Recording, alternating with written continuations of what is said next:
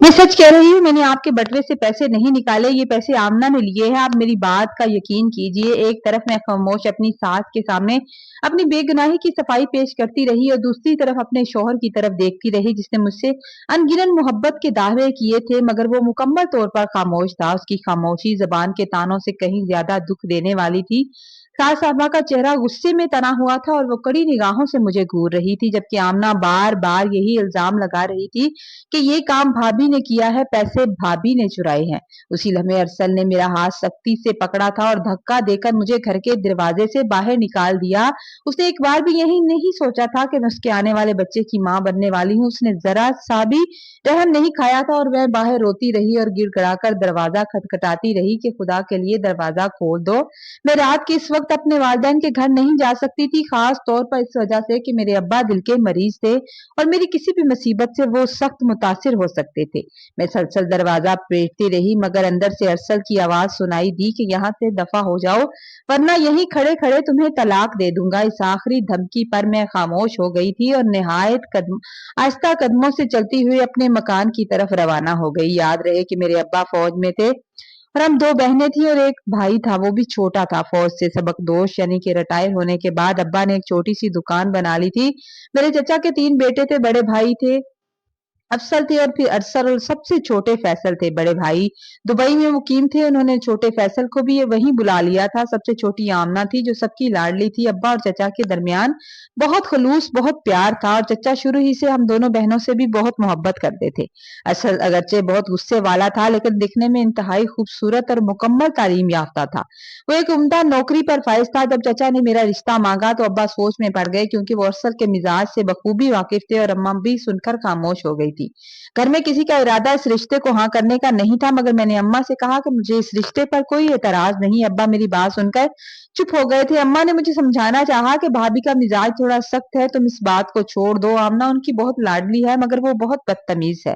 तुम उस घर में कुछ नहीं रह सकती। तुम बहुत सादा से हो, जबकि भाभी बहुत ही नकचिड़ी सी हैं। वो तुम्हें कभी भी अरसल के साथ चैन से जीने नहीं देंगी। मुझे लगता है ये ख्वाहिश सिर्फ भाई साहब की है, भाभी तो कभी भी हमसे रिश्ता ना ले।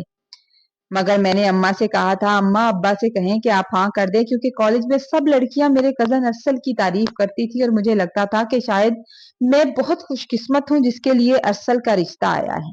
और मेरे कहने पर उस रिश्ते से हाँ कर दी गई थी। मेरी शादी पर अब्बा बहुत चुपचाप से थे, उनकी आंखों में छुपे आंसू मुझे दूर से नजर आ रहे थे। मैं बार बार मुस्कुरा रही थी कि अम्मा और अब्बा को मुझे देखकर कोई दुख ना हो और वो खुश रहें। खैर से शादी हो गई और मैं रुखसत होकर चचा चाची के घर आ गई थी। शादी की रात ही अचानक चची की तबीयत कुछ खराब हो गई थी, तो चची को हस्पताल लेकर जाना पड़ा था। फैसल और सब चचा के साथ चले गए, जबकि सबसे ज्यादा मेहमान दूसरे घर में थे जो चचा ने किराए पर लिया था ताकि मेहमान वहां रह सकें। इस घर में सिर्फ मैं और आमना ही थे। मैं कमरे में परेशान बैठी थी कि दरवाजा बजा। मैंने जैसे दरवाजा खोला तो आमना कहने लगी, भाभी मेरे सर में बहुत दर्द हो रहा है, आप उठकर मुझे चाय का एक कप बना दें। मैं अम्मा की वजह से बहुत परेशान हूँ। उसकी बात सुनकर मैं हैरान हो गई। मैं दुल्हन के लिबास में थी, कैसे उठ के उसके लिए चाय बनाती। मैंने उठकर जूता पहना और किचन की तरफ चल दी तो वो मुझे कहने लगी, क्या हुआ, आप ऐसे ही जाएंगी किचन में इतना भारी लिबास पहनकर? तो मैंने कहा, अभी तक अरसल कमरे में नहीं आए, इसलिए मैं चेंज नहीं कर सकती। तो कहने लगी, छोड़े भाभी, उनकी माँ हॉस्पिटल में है, वो आपके नखरे ही थोड़ी उठाएंगे। आप कपड़े चेंज करें और चाय का एक अच्छा सा कप बनाकर मेरे कमरे में दे जाएं। मैंने दिल में भारीपन महसूस किया था, मगर महसूस करते हुए कपड़े बदल लिए थे और चाय का एक कप बनाने लगी थी। मुझे किचन की चीजों का ठीक से नहीं पता था, इसलिए काफी वक्त लग गया था। जब मैं चाय लेकर आमना के कमरे में पहुंची तो दरवाजे के बाहर ही थी कि मुझे आमना की आवाज सुनाई दी। वो किसी से फोन पर बात कर रही थी। कहने लगी, मैंने उसके कपड़े चेंज करा दिए हैं, चाय बनाने गई है, मेरा मकसद पूरा हो चुका है, आप फिक्र ही ना करें, मैं उसका मुंह भी धुलवा दूंगी आपके आने तक।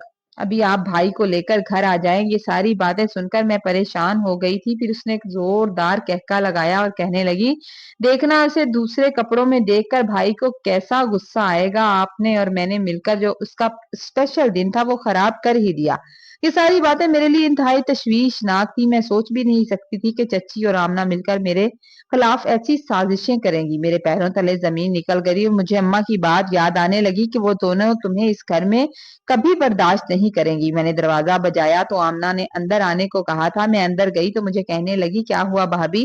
آتے ہی نند کی ٹو میں لگ گئی۔ میری باتیں سن رہی تھی کیا؟ میں نے کہا نہیں نہیں، میں تو ابھی آئی ہوں۔ تو وہ کہنے لگی، یہ آپ نے ابھی تک میک اپ صاف کیوں نہیں کیا؟ میری ماں ہسپتال میں ہے، ان کے ساتھ کچھ لوگ ان کی خیریت لینے بھی آئیں گے تو کیا کہیں گے؟ بہو کو دیکھو کیسے ابھی میک اپ پہ گھوم رہی ہے، اسے گھر کی تو کوئی فکر ہی نہیں ہے۔ بھابھی آپ جلدی سے منہ دھو لیں، بھائی اور اماں آتے ہی ہوں گے۔ میں اس کی بات سن کر حیران رہ گئی تھی۔ میں تو کچھ گھنٹے کی دلہن تھی۔ میں کمرے میں واپس آ گئی، پھر مجھے گاڑی کے رکنے کی آواز آئی۔ میں نے فوراً اپنے کپڑے بدل لیے تھے اور وہیں لہنگا پہن کر دوبارہ بیڈ پر بیٹھ گئی تھی۔ میں اپنے شوہر کو ناراض نہیں کرنا چاہتی تھی اور میں چچی اور آمنہ کی سازش کو خوب سمجھ گئی تھی۔ تھوڑی دیر کے بعد ارسل کمرے میں آئے تھے۔ وہ کچھ تھکے ہوئے لگ رہے تھے، پھر بھی مجھ سے باتیں کرنے لگے۔ ان کا موڈ کافی اچھا تھا اور یوں میرے دل کو تسلی ہو گئی۔ ولیمہ کا دن مجھے دلہن کے لباس میں دیکھ کر چچی اور آمنہ کو بھی حیرت ہو رہی تھی کہ میں کیوں خوش نظر آ رہی تھی، اور وہاں پر میرے اماں ابا بھی مجھے دیکھ کر خوش ہو رہے تھے۔ ان کے دل کو تسلی ہو گئی تھی۔ میں ایک ہی رات میں سمجھ گئی تھی کہ ان لوگوں سے بچ کے رہنا پڑے گا۔ چچی کو بھی خوش رکھنا پڑے گا اور اپنے شوہر کو بھی خوش رکھنا پڑے گا، لیکن یہ بات میرے وہم و گمان میں نہیں تھی کہ یہ لوگ مجھ سے کہیں زیادہ شاطر ہیں۔ تو کسی نہ کسی دن ٹھیک سے گزر ہی گئے۔ ارسل کے مزاج کو سمجھنا تھوڑا مشکل تھا۔ وہ پل بھر میں خوش ہوتا تو دوسرے ہی لمحے غصے میں کمرے کی ساری چیزیں بکھیر دیتا تھا، لیکن جب اسے اپنی غلطی کا احساس ہوتا تو وہ خود ہی منانے آ جاتا تھا۔ چچی اور آمنہ اپنی ذلت امیز حرکتوں سے باز نہیں آتی تھی۔ وہ ہمیشہ مجھے تنقید کا نشانہ بناتی۔ گھر میں اگر کوئی بات میری سنتا تو وہ صرف چچا تھے۔ ایک دن جب آمنہ نے کالج کی پارٹی کے لیے استری کیے اپنے ڈریس کو خود ہی کاٹ کر سارا الزام مجھ پر ڈال دیا تو ارسل نے بغیر سوچے سمجھے مجھ پر ہاتھ اٹھا دیا تھا۔ ایک زوردار تھپڑ میرا چہرہ سن ہو گیا، جس نے مجھے تلخ حقیقت یاد دلائی کہ اماں ٹھیک کہتی تھی۔ میں اس صدمے سے نکلی نہیں تھی کہ چچی کمرے میں آئی اور سخت لہجے میں مجھے تانے دے کر گھر کے کاموں پر لگا دیا۔ شام تک ارسل کو کوئی احساس نہیں تھا کہ اس نے کیا کیا ہے۔ رات کو جب میں چائے لے کر پہنچی تو اس کو احساس دلانے لگی تو وہ غصے سے بولا کہ غلطی تم کرو اور احساس مجھے ہو، تم میری ماں اور بہن سے کیوں جلتی ہو؟ ان کے ساتھ اور میری والدہ اور میرے کھانوں پر بھی کئی باتیں کہی اور ارسل کی تیز آواز سن کر مجھے یقین ہو گیا تھا کہ چچی اور آمنہ باہر سن رہی ہیں۔ جیسے ہی میں نے دروازہ کھولا تو وہ دونوں ماں بیٹی دروازے کے ساتھ لگی کھڑی تھی۔ یہ دیکھ کر میں نے طنزیہ لہجے میں آمنہ سے کہا کہ دیکھ لو، جو تم چاہتی تھی وہی ہو رہا ہے، اب اندر آ کے دیکھ لو۔ میری اس بات پر ارسل نے مجھے غصے سے میری طرف دیکھا اور مجھے طلاق کی دھمکی دے ڈالی، جو سن کر چچی فوراً بیچ میں آئی اور کہنے لگی، اسے طلاق نہ دو، یہ تو ہے ہی ایسی، اس سے رشتوں میں بدنامی ہوگی۔ اگلے دن روز نہ کوئی ڈرامہ ہوتا رہا، یہاں تک کہ ایک دن کچن میں بے ہوش ہو گئی جب ارسل نے مجھے اسپتال لے گیا اور ڈاکٹر نے بتایا کہ میں ماں بننے والی ہوں۔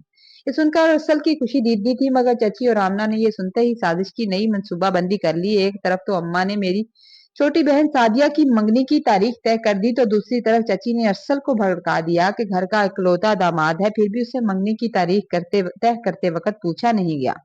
ارسل نے اس بات پر مجھ سے خوب جھگڑا کیا۔ میں نے سعدیہ کے لیے گفٹ لانے کی بات کی تو ارسل راضی ہو گیا، مگر اگلے ہی لمحے چچی نے ارسل کو الگ لے جا کر خوب کان بھرے کہ میں ان کے کمرے سے پیسے چراتی ہوں۔ پھر آمنہ کمرے میں آ کر شور مچانے لگی کہ اس کے 20,000 غائب ہیں اور یہ ضرور بھابھی کا کام ہے۔ میرے انکار کے باوجود ارسل اور چچی لے کر میرے کمرے میں آئی اور میرے کپڑے الٹ پلٹ کر میرا پرس کھولا تو سارے پیسے برآمد ہونے پر ارسل نے مجھے ایک زوردار تھپڑ مارا اور کمرے سے اور گھر سے باہر نکال دیا۔ رات کے اس پہر ارسل کے بار بار طلاق کی دھمکی دینے سے ڈر کر میں وہاں سے اپنے گھر کی طرف چلی آئی۔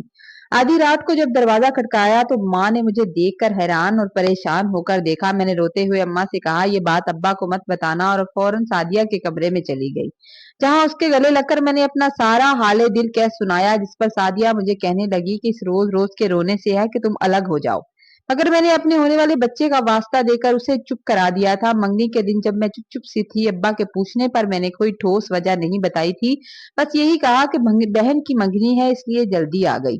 اس روز محفل میں چچا چچی موجود تھے، سب نے ارسل کی غیر حاضری کو نوٹ کیا تھا۔ منگنی اچھے سے ہو گئی۔ شام ہوتے ہی چچا نے مجھے گھر چلنے کا کہا، مگر میں نے ان سے ایک رات وہیں رکنے کی اجازت لے لی اور وہ چلے گئے۔ اسی رات اچانک چچا کے گھر سے شور کی آوازیں آئی تو اماں اور سعدیہ के साथ मैं वहां पहुंची तो देखा आमना के चेहरे पर किसी ने तेजाब फेंक दिया था। वो तकलीफ से तड़प रही थी। चची बेहोशी के करीब थी। अरसल उसे लेकर अस्पताल भागा था, मगर रास्ते में ही वो दम तोड़ गई। बाद में पता चला कि वो किसी लड़के के साथ ताल्लुक में थी, उससे पैसे लेती थी। जब उसने शादी से इनकार किया तो उस लड़के ने ये खौफनाक काम कर दिया। अल्लाह की करनी हो तो चची जो मुझ पर 2 साल से जुल्म कर रही थी, आज अपनी बेटी का मौत का दुख और साथ में बदनामी झील रही थी। तभी एहसास हुआ कि किसी की बेटी के साथ वही सलूक करना चाहिए जो अपनी बेटी के साथ बर्दाश्त कर सके। चची ने शर्मिंदा होकर मुझसे माफी मांगी तो मैंने उनका हाथ थाम लिए थे और उन्होंने खुद सारा सच अरसल को बता दिया था, जिस पर वो शर्मिंदा था। आज मैं सबको यही नसीहत करूंगी कि बेटी के माँ बाप की मजबूरी का फायदा ना उठाएं, क्योंकि किसी की बेटी के साथ आप जो भी करेंगे वो सब आपके साथ भी हो सकता है।